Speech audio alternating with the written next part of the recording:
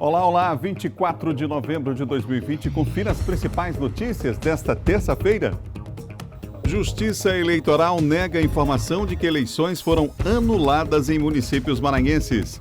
Contribuintes podem quitar débitos do ICMS com descontos. Em Imperatriz, restauração da Academia Maranhense de Letras está com obras adiantadas. No quadro Bem Viver, saiba qual a relação entre doenças da pele e a Covid-19. E no esporte, o Sampaio vence de virada e permanece no G4 da Série B. Fique ligado na TV Difusora e tenha um bom dia, Maranhão.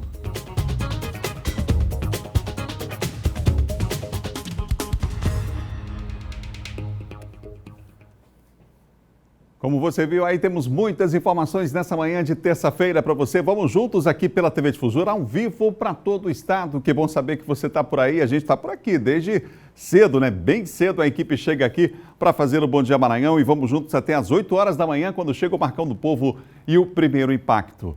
Você vai lá nas redes sociais, acompanha, curte, compartilha, comenta. Compartilha com os amigos aí, informação nunca é demais, ainda mais pela manhã, logo cedo, hein? Então você pode criar uma sala de vídeo aí, compartilhar o nosso Bom Dia, a gente só agradece.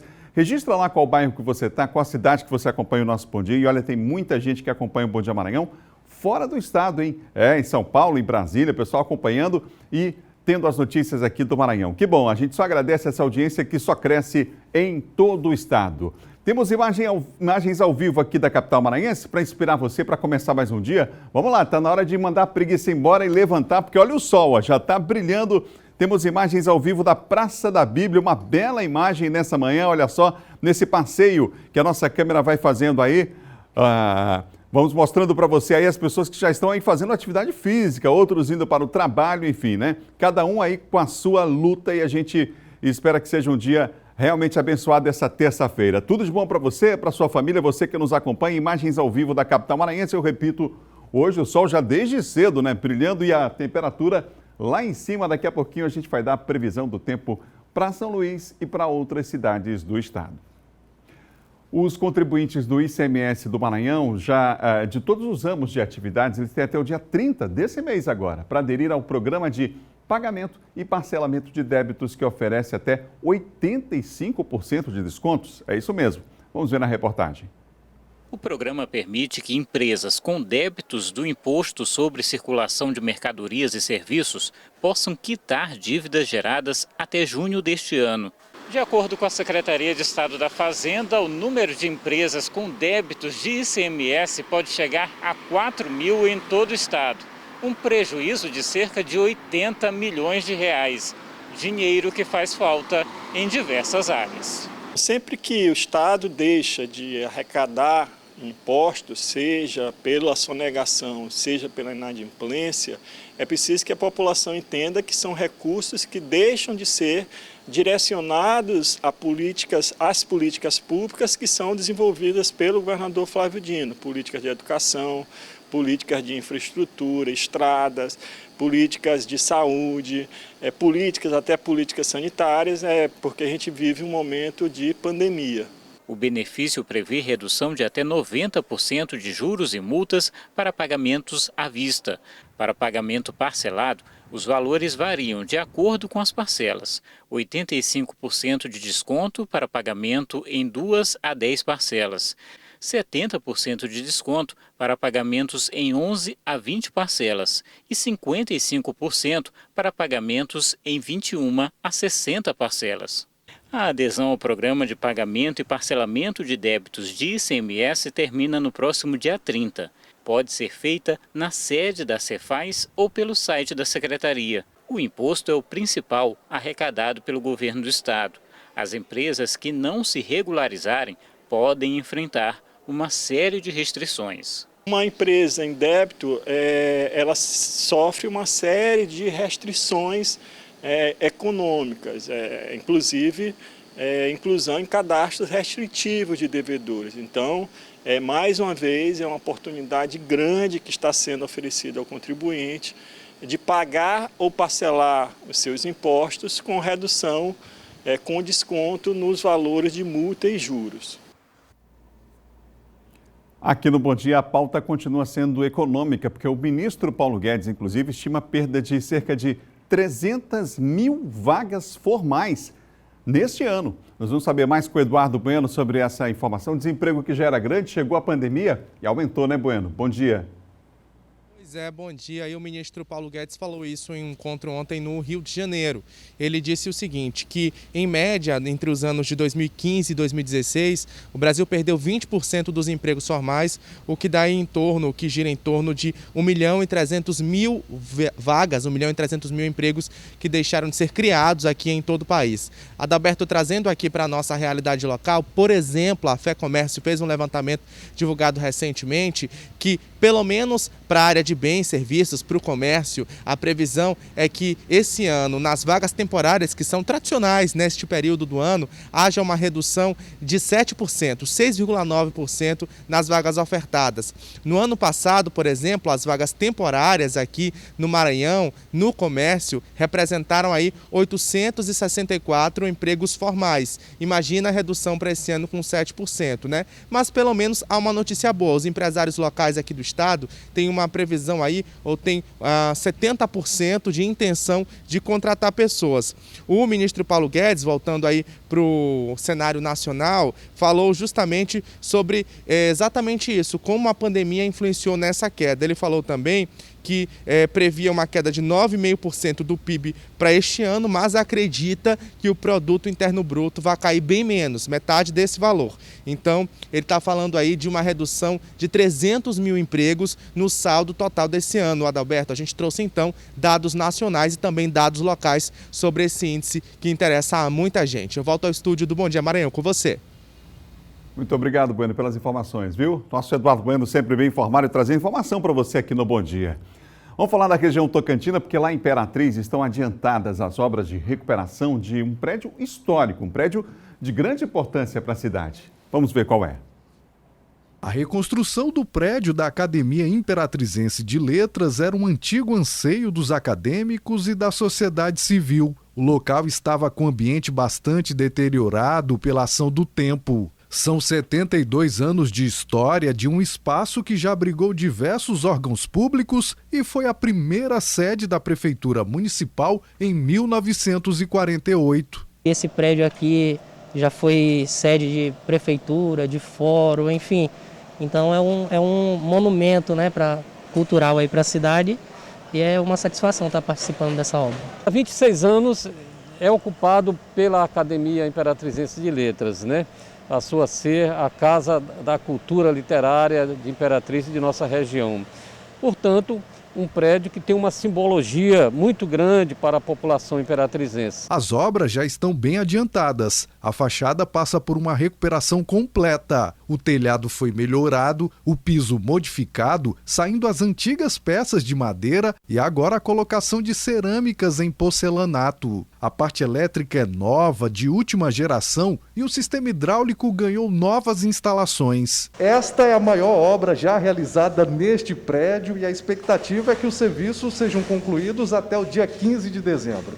A partir de agora também, os membros da Academia Imperatrizense de Letras vão apresentar um projeto de lei à Câmara de Vereadores para instituir o nome desse lugar de Paço da Cultura Salve o Dino. Membro fundador há 26 anos da Academia Imperatrizense de Letras, muito querido de todos nós, de todas as pessoas que tiveram o privilégio de conhecê-lo, né? Faleceu recentemente e nós queremos homenageá-lo dessa forma, denominando o prédio Paço da Cultura Salve o Dino. Nós vamos agora à Imperatriz ao vivo com o Geisel Nascimento, que está com a gente. Geisel, bom dia. Qual o destaque de hoje? Bom dia, Adalberto. Bom dia para você. Bom dia a todos acompanhando a nossa programação nesta manhã de terça-feira. A Polícia Rodoviária Federal registrou um acidente na BR-010 no trecho aqui de Imperatriz. O condutor estava alcoolizado e inabilitado e conduzia este veículo de forma zigue-zagueando na BR-010. A Polícia Rodoviária Federal chegou até esse motorista através de uma denúncia anônima. O motorista de 48 anos ele foi preso por desobediência da lei seca. Diante das informações, ele conduziu o veículo sob efeito de álcool, embriaguez ao volante, dirigir via pública sem a devida permissão e também gerando perigo. A Polícia Rodoviária Federal também registrou um acidente em Itinga e deixa uma vítima fatal. Os agentes da PRF informaram que esse condutor também estava dirigindo sob efeito de álcool. O acidente aconteceu a 120 quilômetros daqui de Imperatriz, em Itinga do Maranhão. Um Gol colidiu com uma motocicleta. A vítima, Elijanes Ferreira Lima, estava na garupa da motocicleta e foi a óbito no local. A Polícia Rodoviária Federal informou que o motorista estava com a habilitação vencida e alcoolizado ao volante. No momento do acidente, chovia bastante. Outro detalhe importante, Adalberto, é que o passageiro que morreu também não estava usando o capacete. Vamos falar de política. Candidatos a prefeito de Imperatriz, viu, Adalberto? Eles, após a campanha política, foram diagnosticados com a Covid-19. O deputado estadual Marco Aurélio segue internado aqui em Imperatriz com o diagnóstico confirmado de Covid-19, está sendo devidamente monitorado e seguindo os protocolos com base em antibióticos e corticoides. O foco está sendo o enfrentamento às lesões nos pulmões, o que tem sido alcançado, né? O quadro clínico é estável, com saturação de 96%, sem tosse ou qualquer desconforto respiratório. O candidato Sebastião Madeira também foi diagnosticado no dia 16, pós-eleição, e foi em uma UTI aérea para Brasília, onde está sendo medicado. Agora eu quero encerrar minha participação com uma boa notícia, né? A Prefeitura de Imperatriz, por meio da SEDEC, vai realizar um cadastro de pessoas que estejam interessadas para participar da Feira Cidadã, que vai acontecer na Lagoa Verde. O cadastro vai estar sendo disponível a partir de hoje na Praça JK, que daqui a pouco, às 9 horas, terá uma palestra sobre economia. Os interessados podem levar seus documentos pessoais com foto e comprovante de residência na Praça JK. Podem participar produtores, comerciantes, artesãos, feirantes, entre outros que têm interesses em comercializar seus produtos. A SEDEC vai dar toda uma estrutura para que esses produtores possam comercializar. Por exemplo, vai ter iluminação, demarcações e barracas padronizadas, além de uma programação cultural. Adalberto, voltamos com você no estúdio aí na capital. Obrigado, Gisel. Bom dia para vocês aí, Imperatriz. Tá aí, portanto, o Gisel Nascimento trazendo informações de Imperatriz. É impressionante, né, gente? Até porque circula o contato com as pessoas, essa questão da Covid-19 em relação a candidatos à prefeitura, né? Um número realmente muito grande. São 7 horas e mais 12 minutos e a gente aqui, claro, deseja recuperação aí aos candidatos, ao Sebastião Madeira e também ao deputado Marco Aurélio, que foram diagnosticados com a Covid-19. Vamos em frente, são 7h12 agora. Olha, durante a pandemia do coronavírus, o governo federal estendeu o pagamento do auxílio emergencial até o mês de dezembro. Quem tiver o benefício negado pode contestar e receber todos os valores de forma retroativa. O auxílio emergencial extensão começou a ser pago no fim de setembro. A previsão é que até dezembro, cerca de 27 milhões de brasileiros recebam o valor. A medida provisória que cria o auxílio emergencial extensivo foi aprovada em setembro. Ela estabelece os critérios para quem vai receber o benefício e dá a possibilidade de contestação para as pessoas que deixaram de receber alguma das parcelas. O beneficiário que recebia o auxílio de R$600, mas que no decorrer desse auxílio ele conseguiu um emprego, foi vinculado de alguma forma, teve algum vínculo empregatício, então, cruzando esses dados pelos órgãos federais, automaticamente esse benefício do auxílio extensivo vai ser cessado. Outro requisito é que esse beneficiário não pode receber nenhum benefício previdenciário ou até mesmo seguro-desemprego. Para a apresentação dessa contestação, o governo federal criou 3 grupos com diferentes datas. Esse grupo do dia 29 é o grupo daqueles que tiveram o recebimento do auxílio emergencial de R$600, e foram inelegíveis para o recebimento do auxílio extensivo. O segundo grupo que a gente pode mencionar é o grupo daqueles que receberam o auxílio emergencial de R$600, receberam o pagamento do auxílio extensivo de R$300, uma parcela, por exemplo, e no decorrer desse pagamento foi suspenso, né? O pagamento foi suspenso. Essas pessoas tiveram até o dia 22 de novembro para contestar essa cessação desse pagamento. O terceiro grupo que nós podemos mencionar é o grupo dos beneficiários do Bolsa Família. Esses que tiveram o auxílio emergencial de R$600 aprovado, receberam as parcelas, receberam automaticamente a extensão do auxílio de R$300, só que no decorrer desse recebimento também tiveram seus pagamentos suspensos. Esses do grupo de benefício de recebimento de Bolsa Família, eles podem contestar até o dia 30 de novembro. Quem tiver o pedido aprovado deve receber o valor retroativo e correspondente ao número de parcelas não pagas. A previsão é que seja pago ainda este ano. Para apresentar a contestação, o beneficiário pode ir ao banco, se quiser, mas tem a opção de fazer isso pela internet, no site da Dataprev, e não ter que encarar filas gigantescas como esta. Confira agora o nosso giro de notícias. A edição da Semana Dívida Zero Procon deste ano também contará com atendimento virtual devido à pandemia do coronavírus. O evento acontece de 1º a 5 de dezembro em São Luís e em Balsas, com atendimentos presenciais mediante agendamento prévio. Mais de 100 empresas entre bancos e instituições financeiras irão oferecer condições especiais de pagamento de maneira online através da plataforma do consumidor. O movimento Amplia lançou na última semana a campanha #AmpliaUEMA, com o apoio de professores da rede estadual do Maranhão, para conectar estudantes pretos, pardos e indígenas a pessoas que querem apadrinhar suas inscrições no processo seletivo de acesso à educação superior da Universidade Estadual do Maranhão. A campanha foca em viabilizar a participação de estudantes que não poderiam pagar a taxa de R$ 85. A meta é alcançar pelo menos 300 estudantes no estado até o dia 27 de novembro, data de encerramento das inscrições. A Universidade Federal do Maranhão prorrogou as inscrições do concurso público que visa a contratação de 12 professores do Magistério Superior nas classes Adjunto A e Auxiliar A para atuarem nos campi de Chapadinha, Pinheiro, Grajaú, Balsas e São Luís. Para participar, os interessados devem realizar as inscrições na Divisão de Expediente, Protocolo e Arquivo da UFMA, na Avenida dos Portugueses, Prédio Marechal Castelo Branco, em dias úteis. De forma virtual, no endereço eletrônico depa@ufma.br, com todos os documentos digitalizados, ou via serviço postal ou por procuração, conforme descrito no edital.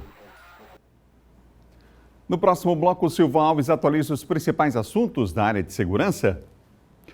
E mais, hein? No quadro Bem Viver, nós vamos falar da relação entre doenças da pele e Covid-19. Nós voltamos já, depois do intervalo. Imagens ao vivo a gente tem nesse momento da Avenida Cajazeiras, aí no centro da cidade. Olha só, próximo é a Praça da Bíblia, o acesso ao centro da capital maranhense. Um instante só.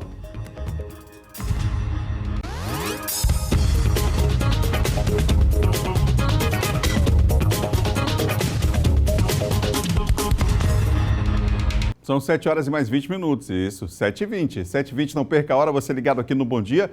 Estamos de volta agora para falar de segurança.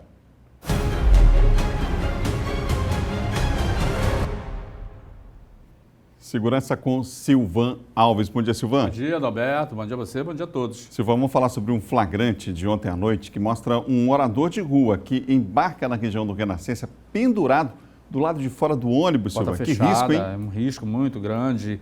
E o motorista talvez não tenha nem percebido. Esse é um daqueles limpadores de carro que ficam ali no retorno ali do Marco Center. E aí ele pegou o ônibus, sem que o motorista percebesse, pendurado na porta, ele está na porta traseira, a porta está fechada, e ele vai até o retorno do bairro São Francisco. Bem ali próximo do semáforo do São Francisco, o ônibus para, o sinal está vermelho e ele desce, ainda gesticula ali, e depois desce ali para a Rua 2. É muito comum essas cenas aí, principalmente no período da noite, ali quando eles terminam ali, o movimento fica reduzido de veículos ali no semáforo ali do Marco Center, eles embarcam justamente aí nos ônibus aí que passam, trafegam ali naquele corredor, para descerem ali no bairro São Francisco. Que situação, risco, muito perigoso. Um risco muito grande. O motorista às vezes nem vê, né? Às vezes o motorista não percebe, e aí quando há um acidente, o motorista ele ainda vai à delegacia, vai ser indiciado até que prove que foi um acidente, não é? Que ele não teve culpa, que ele não incorreu para isso. E aí o morador de rua, ele coloca em risco a vida dele, coloca em risco também a segurança dos passageiros e de outras pessoas, né? Dos veículos que vinham atrás também desviando, porque se ele cai aí numa situação, pode ser atropelado pelo próprio ônibus e por um outro veículo que vem logo em seguida. Silvan, lá em Imperatriz, um assaltante de bancos foi preso. Conta pra gente os detalhes. Esse assaltante de bancos, ele teve a prisão preventiva decretada pela Justiça. O pessoal do DECRIF, que é o Departamento de Combate a Roubo a Instituições Financeiras, foi até a cidade de Imperatriz para prendê-lo, já que ele participou de um assalto no dia 17 de setembro desse ano, a agência do Banco do Brasil, lá de Lago da Pedra. Foram 4 indivíduos, juntamente com ele, roubaram colete, roubaram arma do vigilante e roubaram uma grande quantia em dinheiro. E aí, quando ele foi abordado ontem para ser preso, ele estava armado com aquela pistola .40, reagiu contra os policiais lá do DECRIF, houve troca de tiros e ele foi baleado, está internado sob vigilância e guarda da Polícia Militar lá no Hospital Socorrão, lá de Imperatriz. Obrigado, viu, Silvan? Até amanhã. Bom dia, Adalberto. Bom dia a você, bom dia a todos. Silvan Alves, que apresenta de segunda a sexta, cedinho aqui na TV Difusora, o seu Bandeira 2. São 7 horas e 23 minutos, 7h23. Olha, nós vamos agora atualizar os números da Covid-19 aqui no estado do Maranhão e também em todo o país. Aqui na tela, o último boletim divulgado pela Secretaria de Estado da Saúde. Esse boletim aponta 191.366 casos confirmados. Recuperados, 184.333. O número de casos ativos hoje é de 2.792 casos. O número de óbitos, lamentavelmente, 4.241. Os novos casos nas últimas 24 horas, pelo menos o registro feito nesse período, 75 na Ilha de São Luís, 3 em Imperatriz e 84 nas demais regiões. Segundo o Ministério da Saúde, com 302 registros de óbitos nas últimas 24 horas, o total de mortes provocadas pela Covid-19 no Brasil chega a 169.485. Até ontem o sistema marcava 169.183. Ainda há 2.202 mortes em investigação. Foram registrados 16.207 novos diagnósticos positivos da doença nas últimas 24 horas. Ontem, inclusive, o Supremo Tribunal Federal confirmou a necessidade que o Ministério da Saúde continue divulgando na integralidade os números relacionados à Covid-19. Agora é uma obrigatoriedade, depois que o caso foi julgado, inclusive, pela Corte Superior do país. Começou ontem, em todo o país, a Semana Nacional do Doador de Sangue. Vamos ver. Genilson está doando sangue pela segunda vez. A intenção é ajudar um amigo do tio dele, que deve se submeter a um procedimento cirúrgico. Foi um pedido do meu tio para doar sangue para um amigo, então eu resolvi doar, entendeu? Uma forma de ajudar o próximo, entendeu? Já o Alan é considerado um doador voluntário. O operador de telemarketing não abre mão de constantemente ajudar pessoas que nem ele mesmo conhece através do gesto. Mais de 3 anos eu venho direto. De 2 em 2 meses eu venho, mas tem a limitação que em 12 meses só pode ter 4. Então é o máximo que eu venho. A abertura da Semana Nacional do Doador de Sangue ocorreu nesta segunda-feira aqui na capital. O objetivo da campanha é ressaltar a importância da doação, sensibilizar novos doadores e homenagear quem sempre dedica um pouco do tempo para doar. De acordo com o Ministério da Saúde, no Brasil, menos de 2% da população doa sangue com regularidade, sendo que o ideal seria entre 3% a 5% da população. Com essa semana, a gente quer que as pessoas tenham mais consciência, estimulem os familiares, os colegas a virem doar e ajudar-nos a salvar vidas. Entre os meses de março e agosto desse ano, período mais crítico da pandemia da Covid-19 aqui no estado, as doações de sangue no Hemomar caíram mais de 60%. Isso acabou dificultando a manutenção de serviços básicos na área da saúde, principalmente no que se refere à realização de transfusões e também cirurgias de emergência. Novembro é o mês que antecede uma elevação da demanda. A gente vai ter aí as festas de fim de ano até o carnaval, sempre um período que tem muitos agravos externos, né? A demanda por sangue aumenta muito nas unidades hospitalares e, em paralelo a isso, a gente está com um mutirão de cirurgias eletivas acontecendo, o que impacta também no consumo por hemocomponentes nesse período. Então a gente aproveita a semana tanto para agradecer aos nossos doadores voluntários e também chamar a sociedade em geral para vir doar sangue, né? É um tema que nunca a gente vai exaurir e sempre vai estar em falta, né? A gente continua falando de saúde agora no quadro Bem Viver.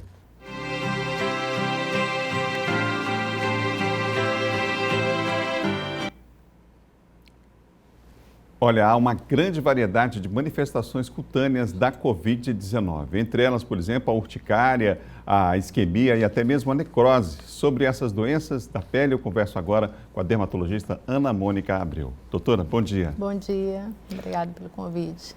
Nós que agradecemos. Doutora, quais as manifestações da Covid-19 na pele? É possível identificar realmente e o que elas fazem com a pele? Então, assim como em várias outras viroses, né, o Covid ele cursa com manifestações cutâneas. Valendo ressaltar e lembrar que essas manifestações elas não são exclusivas, né? A gente observa em outras patologias, mas as mais observadas dentro desse período todo da pandemia, como você já citou, o exantema, que são lesões avermelhadas, muitas vezes em placas e em caroços, a urticária. A urticária são aquelas placas em borda elevada e cursam com muito prurido, intensa coceira na pele. Essas são as mais comuns. Por uma fase mais avançada de comprometimento do Covid, a gente já observa o livedo, que você vai observar aquela pele vermelhada, iniciando um aspecto arroxeado, tendendo para um aspecto da pele malhada, chamuscada, e na sequência, se o comprometimento tecidual for muito grande, a gente já observa isquemia e necrose do tecido, né? Mas isso já é uma fase de evolução muito intensa com outras patologias associadas. Essas manifestações podem ser curadas antes mesmo, por exemplo, da cura da Covid? Sim, a gente parte do princípio que toda manifestação de qualquer doença, ela cursa com o ciclo natural da doença, mas em termos de viroses, elas podem desaparecer, ter remissão antes do período da própria cura. E essas manifestações geralmente são nos primeiros dias de sintoma, salvo se não evoluir para uma patologia mais grave, onde a gente pode ter necrose, isquemia. Em crianças já foi relatado síndrome de Kawasaki.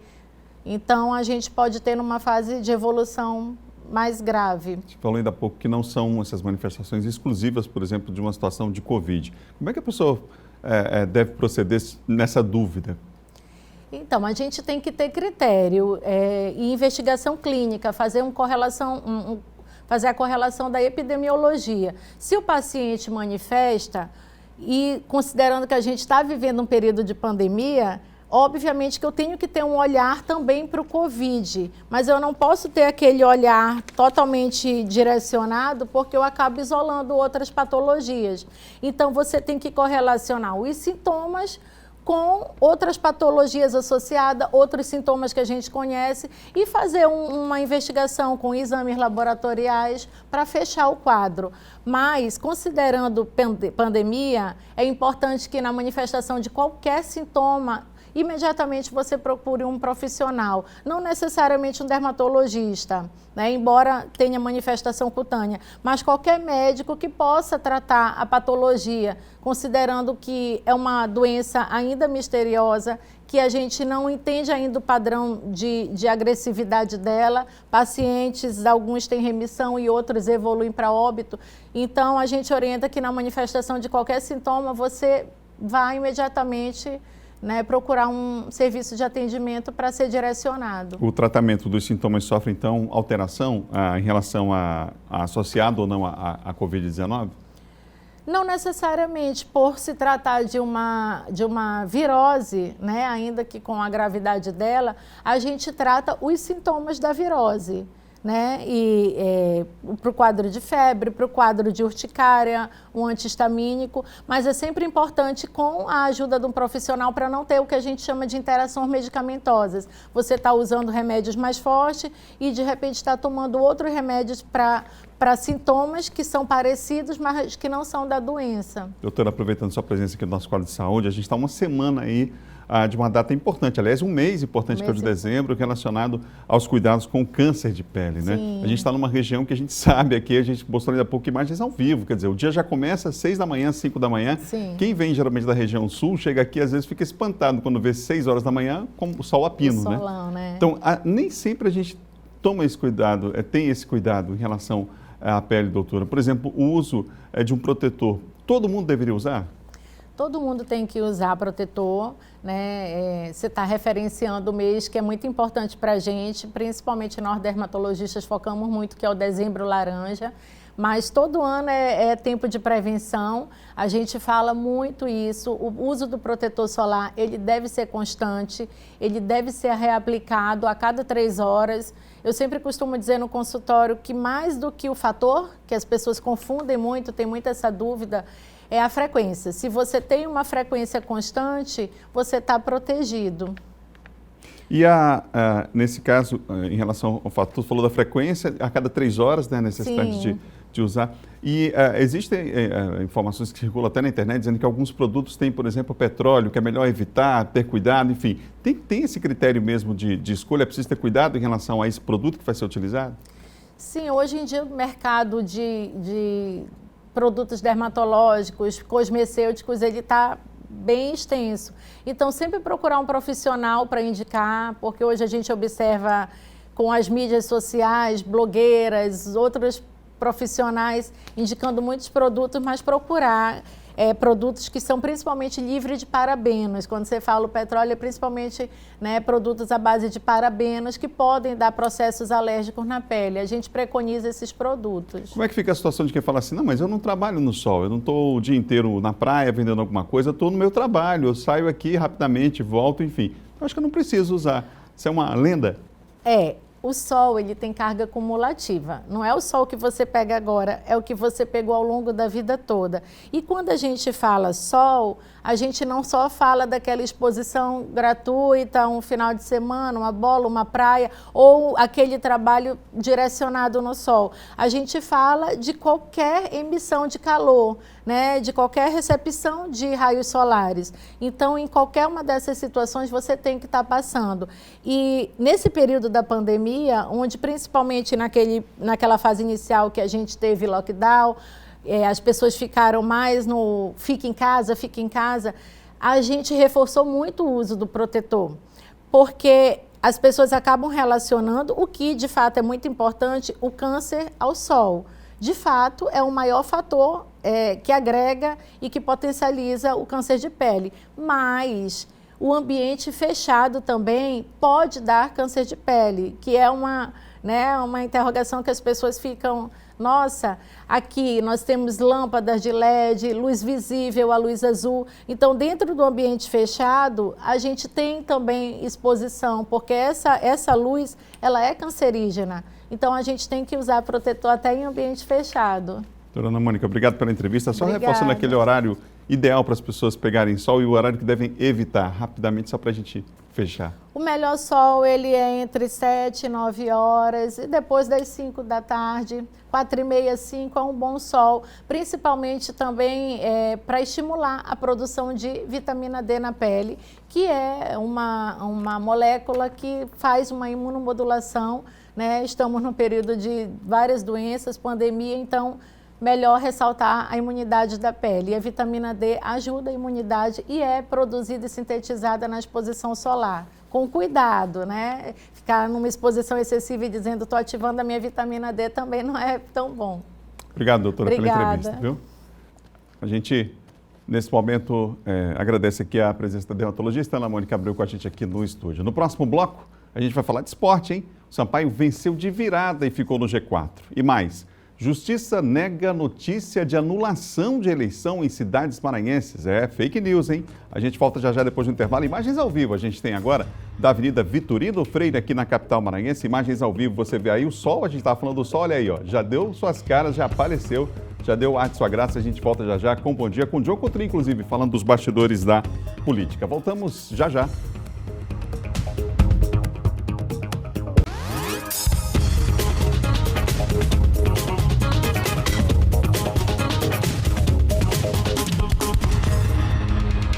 São 7 horas e mais 39 minutos, de volta ao Bom Dia Maranhão ao vivo para todo o estado. A gente vai agora para a região dos Cocais, lá para Caxias, com a Raquel Souza, que tem o destaque do dia para nós. Olá, Raquel, bom dia.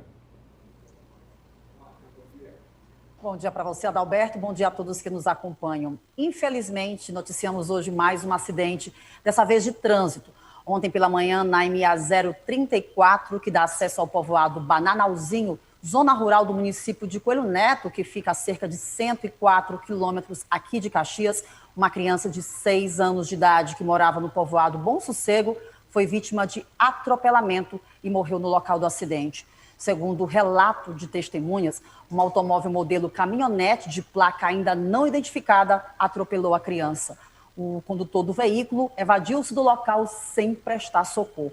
Os familiares da criança, eles removeram o corpo após a constatação da morte por uma equipe do SAMU e acionaram a polícia militar. Já à tarde, a rodovia estadual foi interditada por populares que realizaram manifestação pacífica em virtude aí do acidente que vitimou a criança e pediram sinalização e principalmente a construção de um quebra-molas por conta de vários acidentes já registrados naquele local. A polícia esteve por lá para conter qualquer situação adversa e graças a Deus aí não houve maiores tumultos. Adalberto. Obrigado, Raquel. Tá aí a Raquel Souza, direto lá de Caxias, trazendo informações para nós. São 7 horas e mais 41 minutos. 7h41 e você ligado aqui na TV Difusora.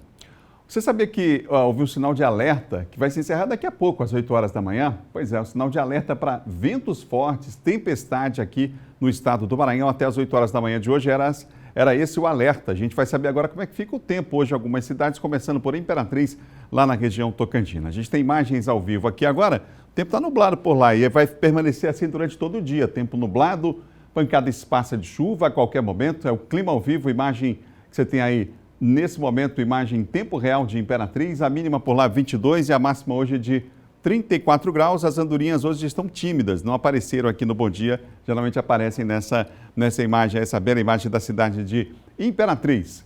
Um abraço aos amigos aí da região Tocantina. Agora a gente vai mostrar o tempo aqui em São Luís ao vivo, imagens ao vivo da capital maranhense. Hoje São Luís predomina o tempo nublado, hoje vai ser assim. Tempo nublado, pancadas esparsas de chuva a qualquer momento, mínima de 26, máxima de 32 graus. A gente está aí na região central da cidade, já vê aí algumas nuvens de chuva, né? Nessa manhã, o sol está brilhando, forte temperatura lá em cima, mas tem sido assim esses últimos dias aqui na capital do estado do Maranhão. Vamos para a imagem ao vivo de mais uma outra cidade. A gente mostra o tempo aqui com imagens ao vivo. Você tem a cidade de Açailândia, imagens do climaovivo.com. Lá em Açailândia para hoje, olha só, já algumas nuvens aí também, tempo meio nublado por lá. E por lá hoje tem sol com algumas nuvens e chuva passageira durante o dia. À noite já o tempo fica firme. A mínima de 23 e a máxima de 33 graus, até que na média deu uma diminuída aí lá em Açailândia nessa semana em relação à semana passada, né? Tá aí, portanto, o dia já começou, imagens ao vivo a gente tem de Açailândia nesse momento. São 7 horas e 43 minutos. Um abraço aos amigos aqui na capital. Vão chegando para o trabalho e vão ligando a TV na Difusora. A gente agradece essa audiência que só cresce em todo o estado. Agora a gente vai falar de esporte.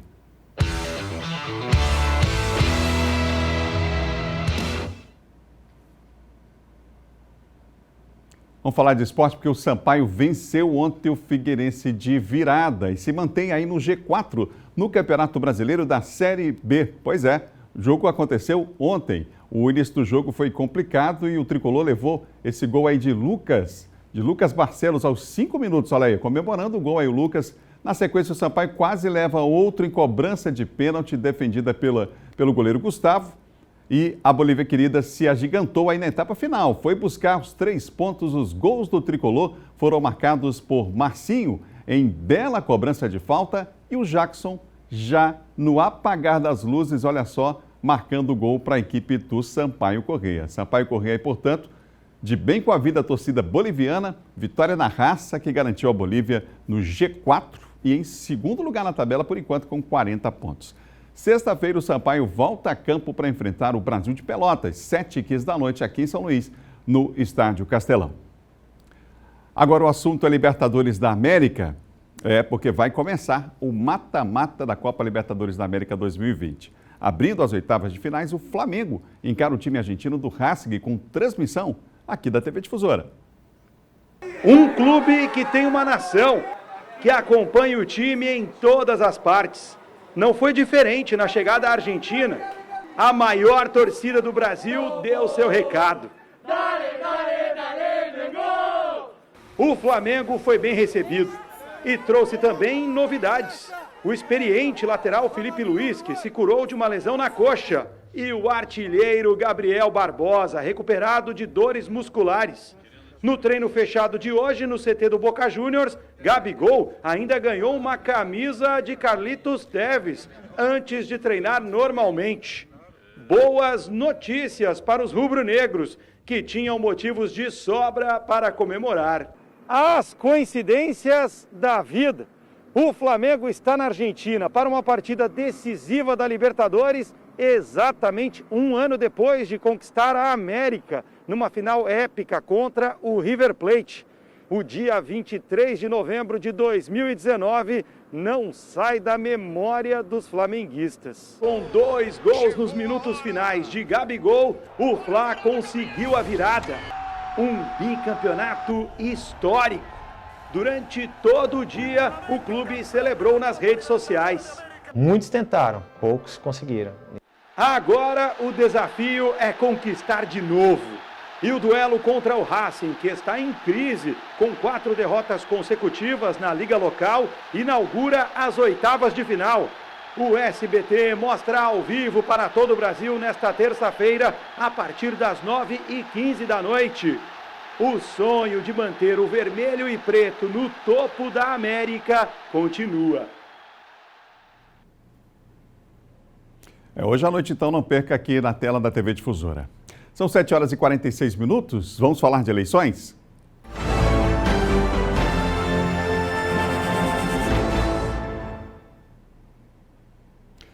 A gente tem informações ao vivo agora sobre eleições porque são falsas as notícias de que as eleições foram anuladas em alguns municípios maranhenses. Essa notícia tem circulado, inclusive, nas redes sociais. O Eduardo Ericeira foi checar junto à Justiça Eleitoral para ver se tinha fundamento ou não.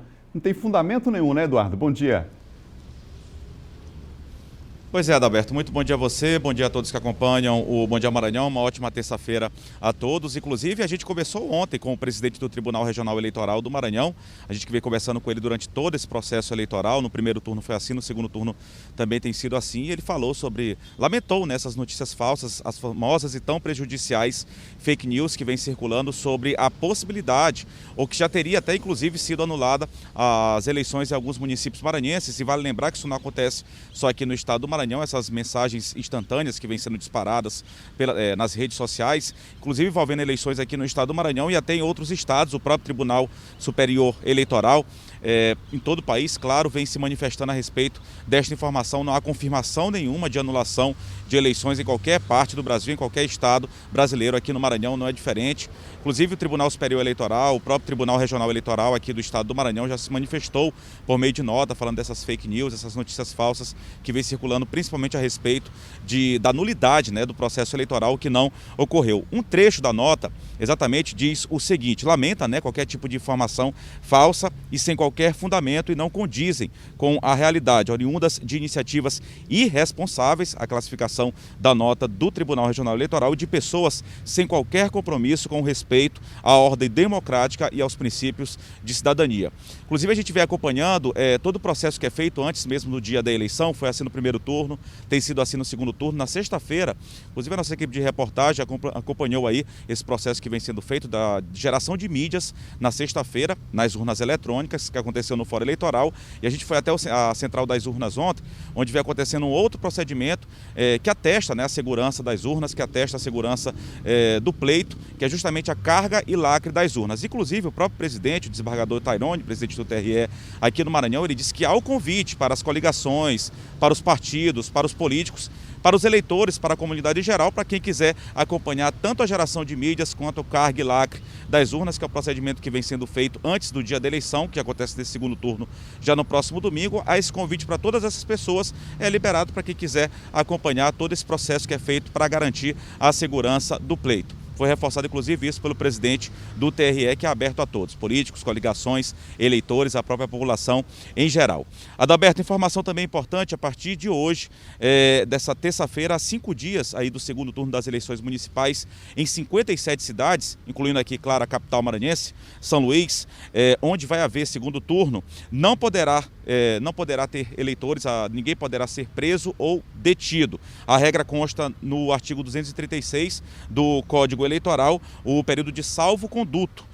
para evitar que ninguém seja impedido de votar por conta aí de prisões arbitrárias. Então, a partir de hoje, ninguém pode ser preso ou detido. A regra é válida até 48 horas depois do término da votação. Nesse caso, até a terça-feira, já que a votação acontece no dia 29 de novembro, no próximo domingo. E essa regra também, essa lei vale para o prazo depois de 48 horas após a eleição, então até terça-feira. Como eu disse, todo o processo já foi feito, o de geração de mídias encerrou na própria sexta-feira, carga e lacre das urnas foi de sábado até ontem, de sábado até segunda-feira, tudo correndo aí, segundo o próprio desembargador Tairone, presidente do Tribunal Regional Eleitoral aqui do estado do Maranhão, segundo a Justiça Eleitoral, tudo transcorrendo bem para a eleição do próximo domingo. O transporte, só lembrando, as urnas elas vão para o Fórum Eleitoral no bairro da Coama e na sexta e no sábado elas já começam a ser transportadas para os locais de votação, todo o planejamento sendo organizado para a eleição de segundo turno no próximo domingo, que acontece em 57 cidades aqui em São Luís também. A gente volta com você, Adalberto, desejando uma ótima terça-feira a todos. Obrigado, Eduardo, pelas informações. Tá o Eduardo Ericeira, direto lá do Tribunal Regional Eleitoral, aqui na capital, na sede. São 7 horas e mais 51 minutos, 7h51. A gente continua falando de eleições, agora acompanha a agenda dos candidatos à Prefeitura da capital para hoje. Eduardo Braide, pela manhã, participa de sabatina em emissora de rádio. À tarde, faz caminhada na Rua Grande e à noite participa de debate em emissora de TV. Duarte Júnior, pela manhã, tem gravação, tem entrevista para a emissora de rádio e sabatina em portal. À tarde, tem caminhada no Anil, Pão de Açúcar e Piquezeiro com vereador. À noite, tem carreata, Barreto, Jordoa, Ivar Saldanha, Caratatiba, João Paulo e Monte Castelo. Ainda à noite, participa de entrevista, emissora de TV e debate. Agora a participação do colunista John Coutrin.